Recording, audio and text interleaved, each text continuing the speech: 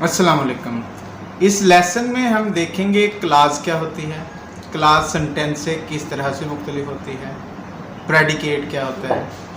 हम कुछ सेंटेंसेस लेंगे 9th क्लास की टेक्स्ट बुक से और क्लास प्रेडिकेट के कॉन्सेप्ट को वहाँ पे अप्लाई करेंगे और हम सीखने की कोशिश करेंगे कि किस तरह से बड़े बड़े सेंटेंसेस छोटी छोटी क्लासेस या छोटे छोटे ग्रुप्स ऑफ वर्ड से मिलकर बनते हैं।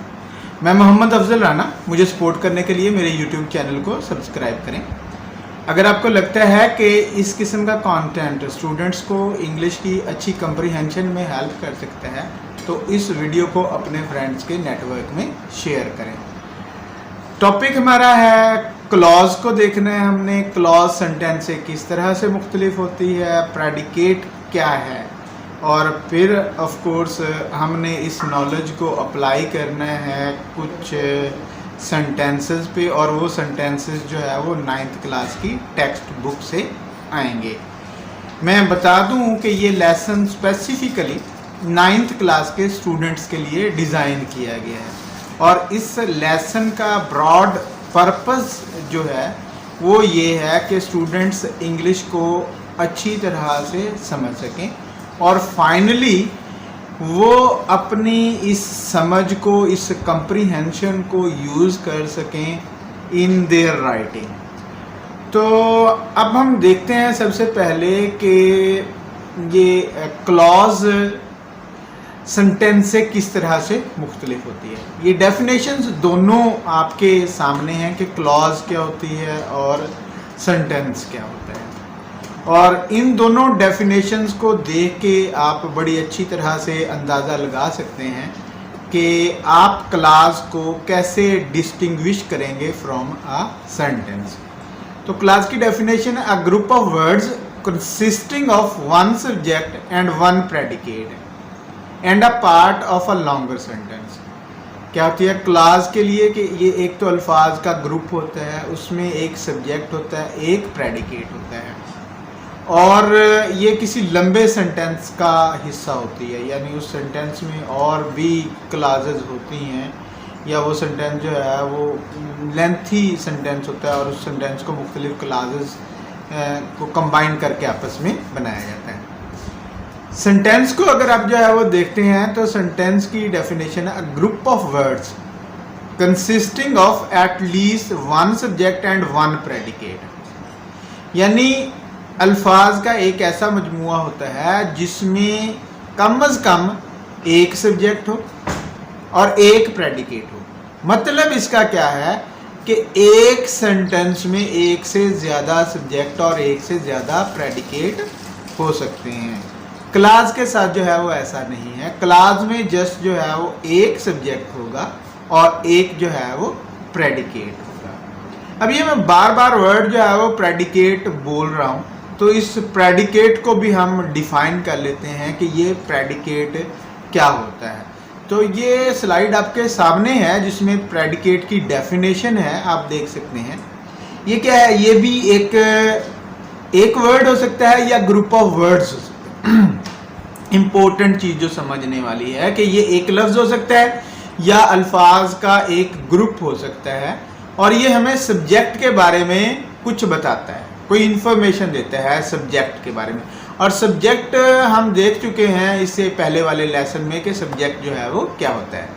अच्छा, जब प्रेडिकेट जस्ट एक वर्ड पर मुश्तमिल होगा, जब प्रेडिकेट जस्ट एक वर्ड होगा तो वो वर्ब होगा, यानी हम यहाँ से ये कंक्लूजन ड्रा कर सकते हैं कि जो प्रेडिकेट है उसमें सबसे इम्पोर्टेंट वर्ड जो है वर्ब होता है और प्रेडिकेट में अगर और वर्ड्स होंगे तो वो डिफरेंट सॉर्ट ऑफ मॉडिफायर्स होंगे या जो मीनिंग कंप्लीट करने के लिए कोई ना कोई जो है वो कम्प्लीमेंट होंगे। तो बहरहाल ये थी डेफिनेशंस। अब हमने इन डेफिनेशन को, इस नॉलेज को जो अभी हमने सीखा है, जिसका अभी हमें जो है वो पता चला है, हमने अप्लाई करना है टेक्स्ट पे, जो टेक्स्ट हम लोग जो है वो क्लासेस में पढ़ते हैं। यहाँ पे हम 3 पैराग्राफ्स जो है वो देखेंगे आपकी 9th क्लास की टेक्स्ट बुक से, और उन तीनों पैराग्राफ्स में देखेंगे कि सब्जेक्ट कहाँ पे है, प्रेडिकेट कहाँ पे है, और क्लॉज जो है वो किस तरह से बनती है, कहाँ पे हम जो है वो क्लॉज का कॉन्सेप्ट जो है वो यूज़ करेंगे। तो पहला पैराग्राफ ये आपके सामने है और छोटा सा पैराग्राफ है, 3 सेंटेंसेस पर मुश्तमिल। तो पहले मैं इस पैराग्राफ को एज अ होल आपके लिए रीड कर देता हूँ, ऊंची आवाज़ में पढ़ देता हूँ, ताकि आप को आइडिया हो सके, कुछ ना कुछ आइडिया हो सके कि आप इंग्लिश को जब ऊंची आवाज़ में पढ़ रहे हैं तो आपको कैसे पढ़ना चाहिए, because this is one of the requirement specially in our country. और यहीं से हम अपने बहुत सारी दूसरी लैंग्वेज के बहुत सारे दूसरे आस्पेक्ट्स जो है वो पिक करते हैं। तो ये पैराग्राफ है, ज़रा देखें इसे आपके सामने। हज़रत अस्मा रज़ी अल्लाह ताला अन्हा will always be remembered for her courage, generosity and wisdom. She had resolute faith in Allah Almighty. Her life would always be a beacon of light for all of us. अब ये पैराग्राफ है। अगर first sentence में आप subject देखें तो हज़रत अस्मा जो है वो सब्जेक्ट है, will always be remembered for her courage, generosity and wisdom, ये इसका जो है वो प्रेडिकेट है। एक और तरीका जो है कि अगर आप क्लास या सेंटेंस में जो है वो सब्जेक्ट को माइनस कर दें, बाकी जो है वो आपके पास जो है वो प्रेडिकेट रह जाता है। यानी प्रेडिकेट यहाँ कहाँ से शुरू है, will always be remembered for her courage, generosity and wisdom. Next sentence को जो है वो देखें तो शी सब्जेक्ट है, had resolute faith in Allah almighty, ये आपका प्रेडिकेट। इसी तरह से हर लाइफ सब्जेक्ट है, would always be a beacon of light for all of us. अब यहाँ पे जो है would always be a beacon of light for all of us जो है वो प्रेडिकेट है। तो अब मेरा ख्याल है कॉन्सेप्ट बड़ी हद तक आपका जो है वो क्लियर हो गया होगा, लेकिन हम इस कॉन्सेप्ट को कंसोलिडेट करते हैं, इसको जो है वो ज़्यादा स्ट्रेंथन करते हैं, इसको जो है वो मजबूत करते हैं, कुछ और एग्जाम्पल सेंटेंसेस और एग्जाम्पल पैराग्राफ जो है वो देखें। ये पैराग्राफ नंबर 2 आपके सामने है। इस पैराग्राफ में आप जो है वो देखते हैं, पहले मैं इसको जो है उसी तरह से पढ़ता हूँ, देन जो है हम डिस्कस करेंगे। Quaid-e Azam was a man of strong faith and belief. He firmly believed that the new emerging state, based on the Islamic principles, would respond the society as a whole. In his Eid message, September 1945, Quaid-e-Azam said, Islam is a complete code regulating the whole Muslim society, every department of life, collectively and individually. अब इस paragraph को अगर आप जो है वो देखते हैं तो फर्स्ट सेंटेंस जो है, और सेंटेंस किसी न किसी पंक्चुएशन मार्क के साथ जो है वो कंप्लीट हो रहा था, this is very much important. तो कायदे आज़म उसमें जो है वो सब्जेक्ट है, was a man of strong faith and belief, ये उसका जो है वो प्रेडिकेट है। अभी इन यहाँ पे जो है वो सिर्फ कॉन्सेप्ट किस चीज़ का आ रहा है, सेंटेंस का आ रहा है कि ये सेंटेंस है, क्लॉज का कॉन्सेप्ट नहीं आ रहा, क्योंकि यहाँ पे जैसे एक सब्जेक्ट है और एक जो है वो प्रेडिकेट, इसलिए हम जो है वो सब्जेक्ट जो है वो ही फर्मली बिलीव्ड। अब यहाँ पे आप जो है वो देखें, ये ही फर्मली बिलीव्ड, यहाँ ही फर्मली बिलीव्ड, यहाँ तक जो है ये एक क्लास है, और इस क्लास का सब्जेक्ट जो है वो क्या है, ही है, और फर्मली बिलीव जो है वो इसका प्रेडिकेट है। That the new emerging state based on the Islamic principles would, यहाँ पे रिफॉर्म होना चाहिए था, और एक्चुअली ये टाइपिंग की जो है वो एक मिस्टेक है, आप इसको जो है वो समझ सकते हैं, रिफॉर्म, वुड रिफॉर्म, और रिस्पॉन्ड भी जो है वो सही है, मीनिंग अगर हमने जो है वो देखने हैं। यहाँ पे हमारा मसला ये है कि हमने सब्जेक्ट देखना है और प्रेडिकेट देखना है और क्लॉज का कौन। तो दूसरी क्लॉज जो है वो क्या है, ये दैट के बाद जो है वो शुरू हो रही है, और इस किस्म की क्लास को हम जो है वो दैट क्लॉज भी जो है वो बोलते हैं। हम किसी वीडियो लेक्चर में, बाद वाले वीडियो लेक्चर में इस कॉन्सेप्ट को डिस्कस कर रहे होंगे, लेकिन जो इम्पोर्टेंट चीज़ यहाँ पे समझने वाली है कि इस क्लॉज का subject the new emerging state, ठीक है, और ये बेस्ड ऑन द इस्लामिक, ये एक एडजेक्टिव फ्रेज जो है वो लगा दी है, इस्लामिक प्रिंसिपल्स लगा दिया है। और ये इसका जो प्रेडिकेट है would respond the society as a whole, ठीक है, ये would respond the society as a whole, ये आगे इसका जो है वो प्रेडिकेट है। In his Eid message September 1945 Quaid e Azam sad, sad लिखा गया, ये सैड होना चाहिए। अब ये कायदे आजम सैड, ये यहाँ से क्लास, इसका सब्जेक्ट जो है वो क्या है, कायदे आजम, और सेट जो है वो इसमें जस्ट एक वर्ड पे मुश्तमिल इसका प्रेडिकेट है। आगे इन्वर्टेड कॉमा में speech, Islam is a complete code. अब यहाँ पे इस्लाम सब्जेक्ट है, इज अ कंप्लीट कोड जो है वो regulating the whole Muslim society every department of life. अब ये इस्लाम सब्जेक्ट है, is a complete code regulating the whole Islamic Muslim society, ये जो है वो इसका प्रेडिकेट है। अब जो है वो प्रेडिकेट को कहीं पे भी खत्म कर सकते हैं, लेकिन प्रेडिकेट जो है वो ज़्यादा, उसमें ज़्यादा डिटेल देने के लिए, लेकिन जो प्रेडिकेट बेसिकली प्रेडिकेट वो है जो सब्जेक्ट के बारे में देयर मिनिमम इन्फॉर्मेशन जो है वो दे रहा है। जैसे इज अ कंप्लीट कोड, यहाँ तक भी अगर हम बात करें तो ये इसका प्रेडिकेट है। आगे प्रेडिकेट को जो है वो जस्ट ज़्यादा एक्सप्लेन जो है वो किया गया है। एक और पैराग्राफ देख लें ताकि इस कॉन्सेप्ट को आप यूज़ कर सकें जब आप अपने टेक्स्ट के साथ जो है वो इंटरेक्ट कर रहे हैं। एक बात जो समझने वाली है, और इन लेसन्स को इस तरह से डिज़ाइन करने का मकसद है वो ये है कि आप इस बात का अंदाज़ा लगा सकेंगे ये सेंटेंसेस, लंबे लंबे सेंटेंसेस भी छोटे छोटे लैंग्वेज के यूनिट्स से मिलकर बनते हैं।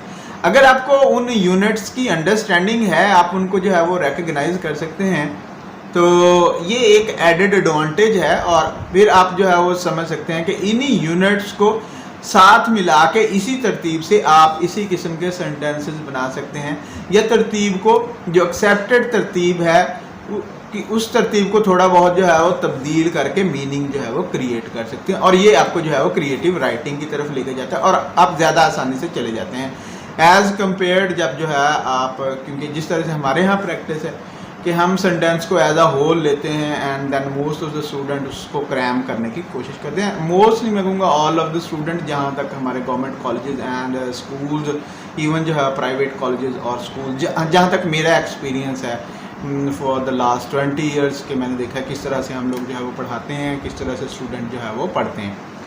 पैराग्राफ जो है वो देखिए मेरा, noise pollution is one of the biggest source of discomfort, stress and nuisance in Pakistan. In urban areas and big cities, noise pollution has reached a dangerous level.